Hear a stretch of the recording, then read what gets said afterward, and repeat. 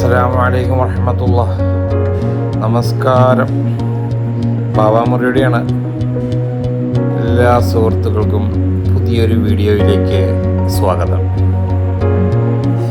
ഇന്ന് റിയൽ ഹീറോസുമായി ബന്ധപ്പെട്ട ഒരു വിഷയമാണ് സംസാരിക്കുന്നത്. 2024 മെയ് 6 ഞായറാഴ്ച റിയൽ ഹീറോസ് ക്ലബിൽ വച്ച് ഒരു ന്യൂട്രീഷൻ ക്യാമ്പ് നടത്തപ്പെടുകയുണ്ടായി. ആ ക്യാമ്പിൽ പങ്കെടുത്ത റിയൽ ഹീറോസിൻ്റെ മെമ്പർമാരല്ലാത്തവരും ഞങ്ങളുടെ നാട്ടുകാരായ പേയ്മെൻ്റ് ജംഗ്ഷനിൽ ഷോപ്പുകൾ നടത്തുന്നവരും ഞങ്ങളുടെ നാട്ടുകാരായ ആളുകളും എല്ലാവരും ക്യാമ്പിൽ പങ്കെടുക്കുകയും അവരുടെ ആരോഗ്യ പ്രശ്നങ്ങളെക്കുറിച്ചുള്ള വിവരണങ്ങൾ തേടുകയും അതിൻ്റെ മറുപടി ഈ ന്യൂട്രീഷൻ ക്യാമ്പ് നടത്തിയ ആളുകളിൽ നിന്ന് സ്വീകരിക്കുകയും അതിനുശേഷം അവരുടെ തുടർ സേവനങ്ങൾ ആവശ്യമുണ്ടെങ്കിൽ മൂവാറ്റുപുഴയിലെ അവരുടെ സെൻറ്ററുമായി ബന്ധപ്പെടാൻ പറയുകയും ചെയ്തു. അവർ നടത്തിയ ഉപദേശങ്ങൾ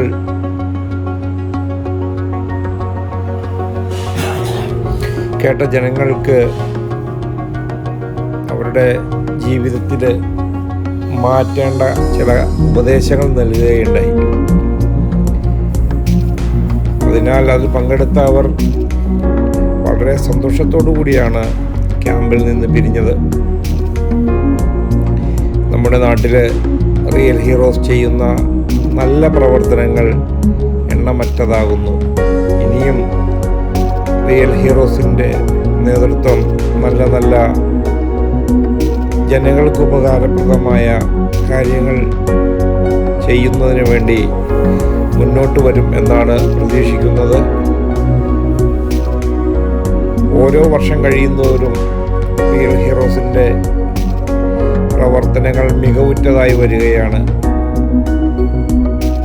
നാടിനും നാട്ടുകാർക്കും ഒരുപോലെ പ്രയോജനം ചെയ്യുന്ന ഒരു ക്ലബ്ബായി മാറിക്കൊണ്ടിരിക്കുകയാണ് റിയൽ ഹീറോസ് പേയ്മെൻ്റ്. സാധുജനങ്ങളുടെ ഒരു അത്താണിയാണ് റിയൽ ഹീറോസ്. റിയൽ ഹീറോസിൻ്റെ സഹോദര സ്ഥാപനമായ റിയൽ മിനി മാർട്ടും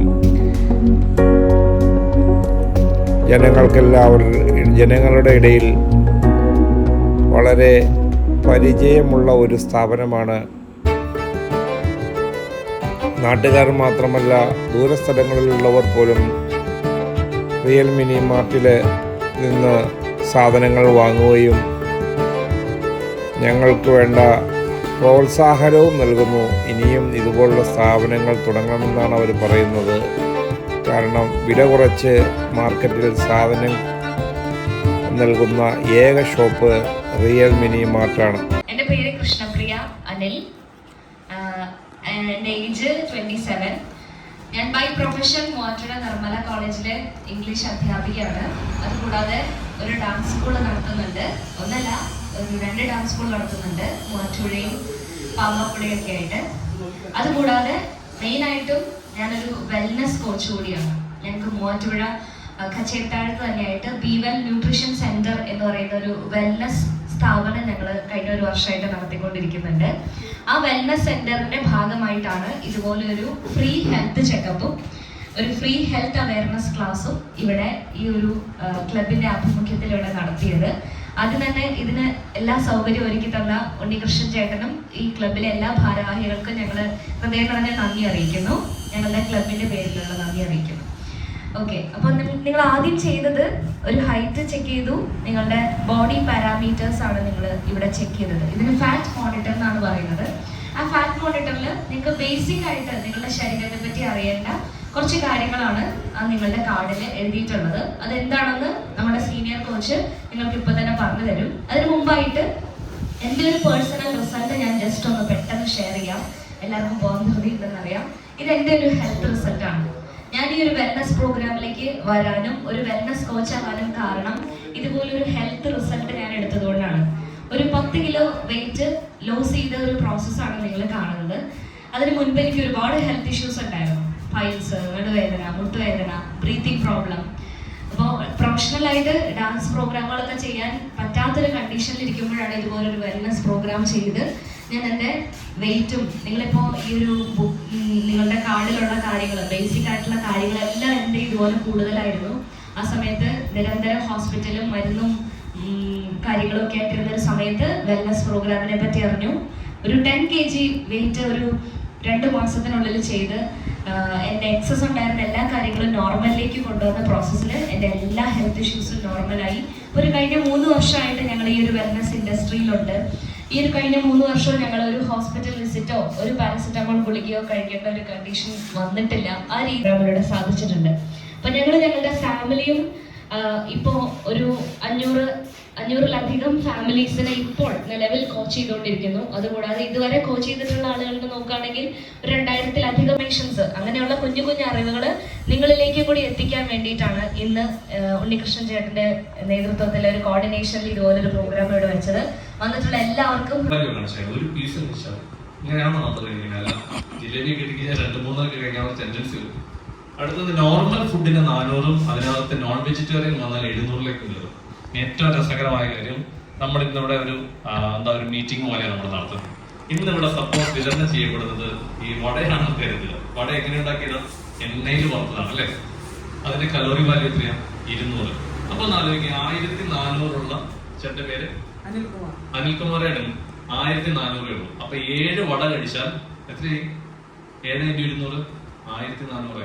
7 വട കഴിച്ചാൽ ഒരു ദിവസത്തേക്കുള്ളതായി കഴിഞ്ഞു. പക്ഷെ 7 വടയിൽ നമ്മൾ നിർത്തുമോ? ഇല്ല. രാവിലെ കഴിക്കും, ഉച്ചയ്ക്ക് കഴിക്കും, രാത്രി കഴിക്കും. അപ്പൊ എക്സസ് വരും. ഇങ്ങനെയാണ് പ്രോബ്ലം ഉണ്ടാവുന്നത്. ഇനി എക്സസ് വന്നു എന്ന് വെച്ച് പ്രോബ്ലം ഇല്ല. നിങ്ങൾ ആ ഇഷ്ടമുള്ള ഭക്ഷണം എന്തും കഴിച്ചു. രാവിലെയും വൈകുന്നേരം വർക്കൗട്ട് ചെയ്യുന്ന സ്വഭാവം കൂടി ഇല്ലെങ്കിലും വർക്കൗട്ട് ചെയ്യുമ്പോൾ എന്താ ഗുണം ഉണ്ടാവുക? വേർപ്പിലൂടെ കൊഴുപ്പ് പുറത്തു പോകും. അതിനുള്ളൊരു അവസരം കൂടി നമ്മുടെ ശരീരത്തിന് കൊടുക്കണില്ലെങ്കിൽ ഇതിങ്ങനെ അടിഞ്ഞുകൂടി ശരീരത്തിൽ കിടക്കും. കാരണം എക്സസൈസുകൾ ചെയ്യണം, ഭക്ഷണത്തിൽ ഇന്ന കാര്യങ്ങൾ ശ്രദ്ധിക്കണം.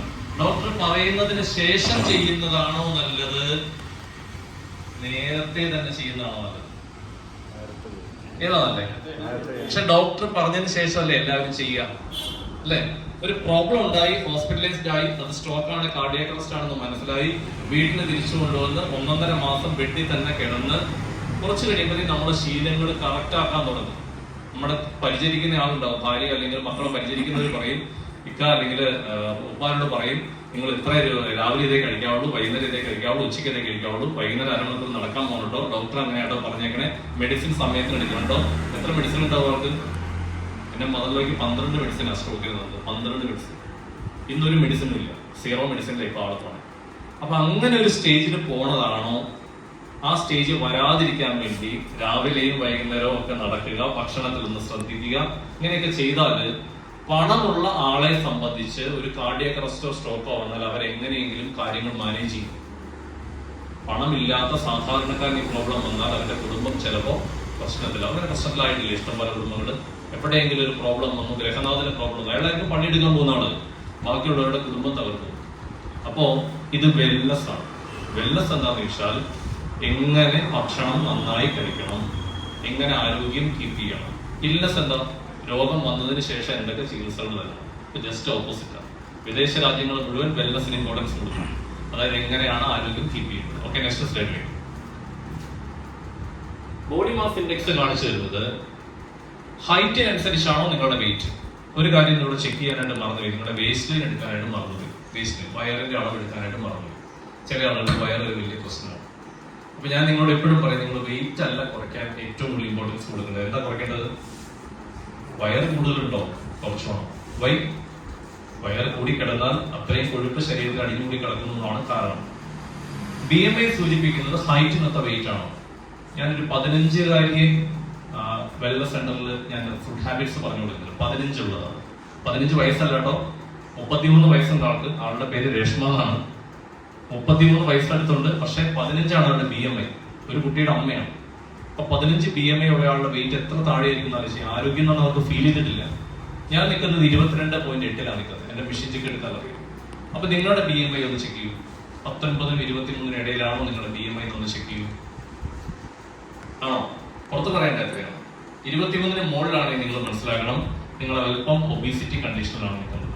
വെയിറ്റ് ഒരു മിനിമം കുറയ്ക്കുകയും ഫാറ്റ് നന്നായി കുറയ്ക്കുകയും ചെയ്താൽ നിങ്ങൾ ഹെൽത്തിലേക്ക് തിരിച്ചു വരും. വെയിറ്റ് 10 കിലോ കൂടുതലുള്ളവരോട് 10 കിലോ കുറയ്ക്കാനല്ല പറയാം, ഏത് പ്രായത്തിലുള്ള ആരോഗ്യമാണ് നമുക്കുള്ളതെന്നാണ്. ചിലരെ കണ്ടു കഴിഞ്ഞാൽ അയാൾ പ്രായം കൊണ്ട് ഓക്കെയാണ്, പക്ഷെ ശരീരം ഭയങ്കര പ്രായം നമുക്ക് തോന്നിപ്പിക്കും. ഇനി എന്റെ നാട്ടിലൊരു റിട്ടയർഡ് ക്യാപ്റ്റൻ ഉണ്ട്, ആള് മിലിറ്ററിയിൽ നിന്ന് റിട്ടയർ ചെയ്ത് തന്നെയാണ്. അദ്ദേഹം 73 വയസ്സുണ്ട്, പക്ഷെ ബോഡി ഏജ് എടുത്തപ്പോൾ എന്നെ ശരിക്കും ഷോക്ക് ആക്കി കളഞ്ഞു. 53 വയസ്സാണ് ബോഡി ഏജ് കാണിച്ചത്. 73 വയസ്സുകാരൻ 53 വയസ്സാന്റെ ബോഡി ഏജ് കാണിച്ചു. ഞാൻ അദ്ദേഹത്തിന് ഒരു ക്ലാപ്പ് കൊടുത്തു, അതുപോലെ തന്നെ അദ്ദേഹത്തിന് ചെറിയ സമ്മാനം കയ്യിൽ അപ്പൊ തന്നെ കൊടുത്തു. കാരണം അദ്ദേഹം രാവിലെ 8 മണിക്ക് നടക്കാൻ പോകുന്നതാണ്. എന്താ 8 മണിക്ക് നടക്കാൻ നിൽക്കണം എന്ന് പറഞ്ഞു? 8 മണിക്ക് നടക്കാൻ പോയുള്ള സൂര്യൻ വന്നതിന് ശേഷം നടക്കാൻ പോകും. സാധാരണ ആളുകൾ കാണിക്കുന്ന മണ്ടത്തിൽ എന്താ, 4 മണിക്ക് നടക്കാൻ പോകും, 5 മണിക്ക് നടക്കാൻ പോകും. ആ സമയത്ത് നിങ്ങൾക്ക് തണുപ്പാണോ ഫീൽ ചെയ്യുക, ചൂടാണോ ഫീൽ ചെയ്യുക? തണുപ്പ്. തണുപ്പത്ത് നടന്നാലാണോ ഇളവയിൽ നടന്നാലാണോ പെട്ടെന്ന് വേർക്കാനുള്ള സാഹചര്യം ഉണ്ടാവുക? ഇളവയിലാണ്. ഇളവയിൽ നടന്ന 2 ഗുണമുണ്ട്. വൈറ്റമിൻ ഡി ശരീരത്തിലേക്ക് നന്നായി കിട്ടും, അതുപോലെ തന്നെ നമുക്ക് നന്നായി വേർത്ത് ശരീരത്തിലെ കൊഴുപ്പ് പുറത്തു പോകാനുള്ള സാഹചര്യം ഉണ്ടാവും. അതല്ലേ നമ്മൾ ഉണ്ടാക്കണ്ടേ? 4 മണിക്ക് ഒരു വടിയും പിടിച്ച് പട്ടിയെ പൂച്ചയൊക്കെ നമ്മൾ ഓടിച്ച് കൂട്ടമായിട്ട് ഫാമിലി ആയിട്ട് നടക്കണതിന് പകരം കുറച്ചുകൂടി ഒന്ന് ഡിലേ ആക്കി ചെയ്യാൻ പറ്റിക്കഴിഞ്ഞാൽ അത് ബെസ്റ്റാണ്. നിങ്ങൾക്ക് രാവിലെ ടൈമില്ലേ, വൈകുന്നേരവും ഇതുപോലൊരു ത്രിസന്ധ്യ നേരമുണ്ട്. ഏത് സമയം? ഒരു 6 മണി മുതൽ 6:30 വരെയുള്ള സമയത്ത് ചൂട് തണുപ്പ് മിക്സ് ആയ സമയമാണ്, ആ സമയത്ത് ചെയ്യാം. അപ്പൊ ഇങ്ങനെയുള്ള ചില ടൈം സ്ലോട്ടുകൾ സെലക്ട് ചെയ്ത് ചെയ്യാനായിട്ട് നിങ്ങൾ പഠിക്കേണ്ടതായിട്ടുണ്ട്. അപ്പൊ ബോഡി ഏജ് മനസ്സിലാക്കുക. നിങ്ങൾക്ക് ഇത് കൂടുതലാണെങ്കിൽ നിങ്ങളുടെ ആരോഗ്യം ആ പ്രായത്തിലാണ് എന്നുള്ളത് കരുതിയിരിക്കുക. അടുത്തത്, ഒരു നോർമൽ ലൈഫ് സ്റ്റൈലും നിങ്ങൾ ഇപ്പോൾ പുലർത്തുന്ന ലൈഫ് സ്റ്റൈലും നമ്മളെ ഡിഫറൻസ് ആണ്. ഇത് പണ്ട് കാലത്ത് നമ്മൾ ചെയ്തിരുന്ന കാര്യങ്ങളാണ്. പണ്ട് കാലത്ത് നന്നായിട്ട് അലക്കിയിരുന്നു, ഇതത് വാഷിംഗ് മെഷീനിലേക്ക് മാറി. അടുത്തത് എന്താ പറയാ, അരയ്ക്കുന്നത് പോലും മെഷീൻസിലേക്ക് മാറുന്നു. മിക്സി യൂസ് ചെയ്യുന്നു. ബൈക്ക് ഇല്ലാത്ത ഒരു വീടും ഇല്ല. എല്ലാ വീട്ടിലും ചുരുങ്ങിയത് ഒരു ചെറിയ വണ്ടി വന്നു കഴിയും. അപ്പൊ നമ്മുടെ ലൈഫ് സ്റ്റൈല് നടത്തം പോയില്ലേ? നടത്തം പോയി. ചെറിയ യാത്രകൾ പോലും നമ്മൾ ഒഴിവാക്കി. വീട്ടിലെ എല്ലാ കാര്യങ്ങൾക്കും നമ്മുടെ മെഷീനറീസ് കറക്റ്റ് ആയിട്ട് വന്നു തുടങ്ങി. അടുത്തത്, നമ്മുടെ ഫുഡ് ഹാബിറ്റ്സിൽ വന്ന ചേഞ്ച് കൂടി നമ്മൾ മനസ്സിലാക്കി വെക്കണം. ചെറുപയർ, വൻപയർ, കടല, പരിപ്പ്, ഇത് കഴിക്കുന്ന ആൾക്കാരുടെ കൈവർത്താണോ? ചെറുപയർ, വൻപയർ, കടല, പരിപ്പ് കൈതാത്തിട്ടുള്ളൂ. ഞാനും കഴിക്കില്ല അത്.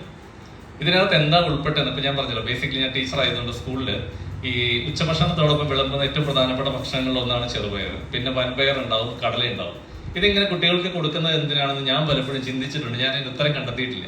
പക്ഷെ എനിക്ക് അസുഖങ്ങൾ ഇങ്ങനെ കണ്ടിന്യൂസ് വരാൻ തുടങ്ങിയപ്പോഴാണ് ഏറ്റവും കൂടുതൽ പ്രോട്ടീൻ അടങ്ങിയ ഭക്ഷണങ്ങളാണ് ഏത്? ചെറുപയർ, വൻപയർ, കടല, പരിപ്പിലൊക്കെ. ചിക്കൻ കഴിച്ചാൽ കിട്ടും, ബീഫിന് പ്രോട്ടീൻ കണ്ടന്റാണ്. അപ്പൊ പ്രോട്ടീൻ എന്തിനാന്ന് വെച്ചാൽ ശരീരത്തിന് ബലം നൽകുന്നത് പ്രോട്ടീനാണ്.